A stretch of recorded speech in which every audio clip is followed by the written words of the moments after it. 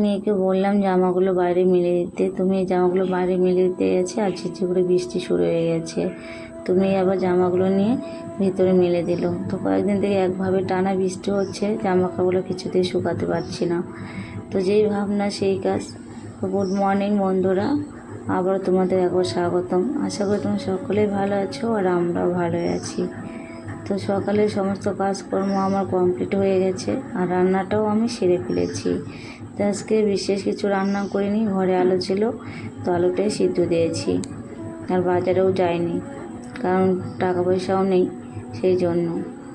তো যা জুটে তাই আমাদের খেতে হয়, আর প্রতিদিন বাজার করতে গেলেও তো টাকা দরকার। তো গরিব মানুষ হওয়াতে তো প্রত্যেক দিন আমাদের বাজার করাটা সম্ভব না, তাই না? আর এখানে আমি মেয়ের জামা সেলাই করতে বসে গেছি। মেয়ের স্কুলের ড্রেসটা অনেক দিন থেকে ছিঁড়ে গেছে, সেলাই করার সময় পাচ্ছি না। তো মেয়ে আজকে বললো মা আমার জামাটা সেলাই করে দাও, একটা সেফটিন দিয়ে জায়গাটা আমি আটকে দিয়েছিলাম। তো সেফটিন দেওয়াতে জামাটা আরও বেশি করে ছিঁড়ে যাচ্ছে। তো মেয়ে বলছে মা সেফটিন দিয়ে আটকে দিয়েছো, জামাটা বেশি করে ছিঁড়ে যাচ্ছে। তো আর মেয়ে স্কুলে যাচ্ছে, জামাটা পরে লজ্জাও পাচ্ছে। তো যাই হোক, ছেঁড়াটা বগলতলায় আছে, সেই জন্য বেশি বোঝাও যায় না। আর সেফটিনটা কখনো খুলে যে মেয়ের হাতে ফুটেও যেতে পারে। তো ভাবলাম যে না, কাজের ফাঁকাতেই জামাটা সেলাই না করে দিলে আর হবে না, আর কাজকর্ম আমার কোনো দিন শেষও হবে না, আমার এটা প্রত্যেক দিনেরই কাজ থেকেই যাবে। তো সেই জন্য আজকে সেলাই করে দিচ্ছি। আর মেয়েকে যে একটা জামা কিনে দেবো সেই ক্ষমতাটাও আমার নেই, আমার কাছে কোনো টাকা পয়সা নেই। তো সেই জন্য মেয়েকে একটা জামা কিনেও দিতে পারছি না। এই জামাটা আমি 5-এ কিনে দিয়েছি, তো এখন মেয়ে পরে 7-এ। তো অনেক দিনই হয়ে গেল, মেয়ের ড্রেসটা 2 বছর হয়ে গেল। তো ভাবলাম যে এখন আর কিনে দিব না, টাকা পয়সাও নেই। এটা পরেই মেয়ে স্কুলে যাক, কারণ পরীক্ষাও চলে এসছে। হ্যাঁ, ফাইনাল পরীক্ষা চলে এসছে। তো 8-এ তো যাওয়া আবার কিনে দিতে হবে, 8-এ তো হবে না, সেই জন্য আর মেয়েকে কিনেও দিইনি নতুন করে। তুমি এখানে দেখো স্কুলে যাবে, একটা বই খুঁজছিল, বইটা খুঁজে পাচ্ছে না।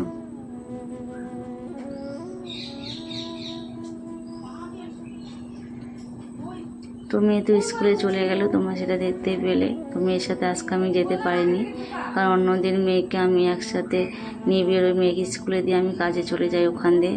যেহেতু আজকে আমি ড্রেসটা সেলাই করলাম, সেই জন্য অনেকটা লেট হয়ে যাবে মেয়ে, সেই জন্য মেয়েকে একাই পাঠালাম। আর আমি খাওয়া দাওয়া করিনি, তো আমি এখন খাওয়া দাওয়া করে কাজে বেরোবো। তো আমি এখন কাজে বেরোচ্ছি। তো চলো বন্ধুরা, কাজে যাওয়া যাক, তোমাদের সাথে দেখা হচ্ছে একটু পরে।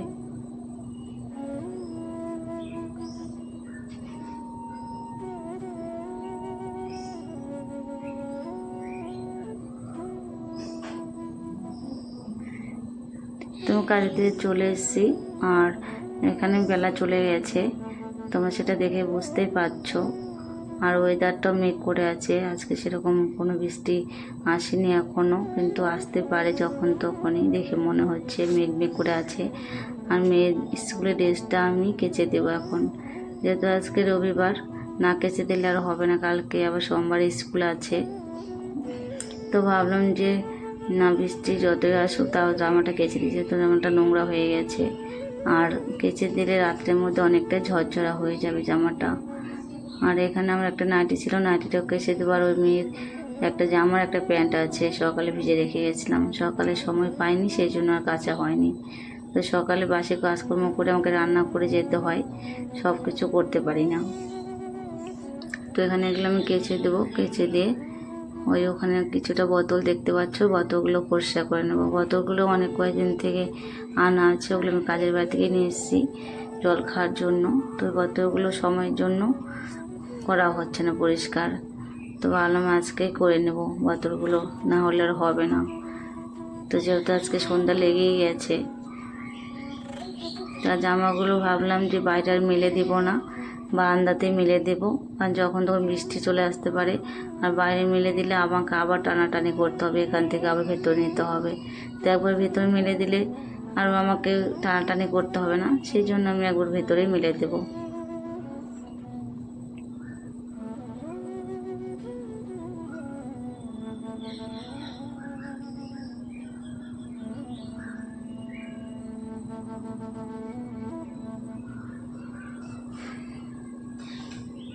আর শরীরের উপরে না এতটা প্রেশার পড়ে, মানে কি বলবো তোমাদের, প্রচণ্ড ধকল যায় শরীরের উপরে। প্রত্যেকটা দিন একই রকম, সকালে ঘুমে থেকে উঠে যে কাজের পেছনে যুদ্ধ করতে হয়, সারাটা দিন আমার এইভাবে চলে যায়। একটু বসার টাইম পাই না, একটু শোয়ার টাইম পাই না।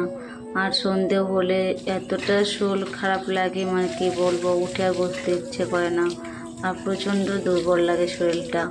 আর রাত্রেবেলা রান্নার কোনো এনার্জি থাকে না। তো মেয়ে যেহেতু ছোটো আছে, মেয়ে তো সব কিছু করতেও পারে না, তো সেই জন্য আমাকেই করতে হয়। কী করবে বলো, যেহেতু কেউ নেই, আমাকে নিজেই সব দিক দিয়ে সামলাতে হয়, যতই খারাপ লাগুক।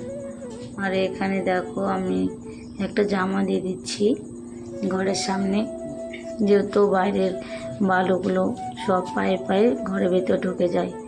আর আমি সকালবেলা একবার করে মুছি, আবার কাজে থেকে এসেও কোনো দিন মুছি, ঠিক নেই। কারণ ঘরটা কিচকিচ করলে একদিন ভালো লাগে না। আর মেয়ে মানে বারে বারে বাইরে বেরোয়, কখনো করে জুতা পরে, কখনো করে পরে না, সেই জন্য। তো আমার জামা কাপড় কাচা হয়ে গেছে। আর এখানে আমি দেখো আগে জামা মেলা ছিল, ওই জামাগুলো দেখলাম ঝরঝরে হয়ে গেছে আর শুকিয়েও গেছে অনেকটা। তো ওই জামাগুলো আমি সাইড করে এখন ভেজা জামাগুলো মেলে দেবো।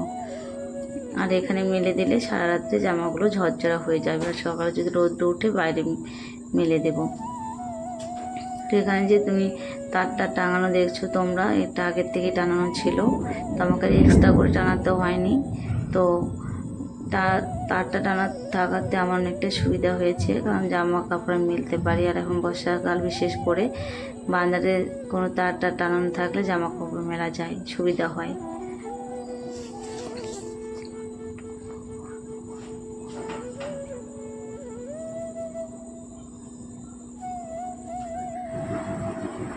তো সমস্ত কাজকর্ম কমপ্লিট হলো, এখন আমি স্নান করলাম, দেখো সন্ধ্যা লেগে গেছে। তো বন্ধুরা, আজকে ব্লগটি এখানে রাখছি, তোমাদের সাথে দেখা হচ্ছে নেক্সট ব্লগে। তো তোমরা ভালো থেকো, সুস্থ থেকো, আর নিজেদের পরিবারের খেয়াল রেখো। তো সবাইকে টাটা।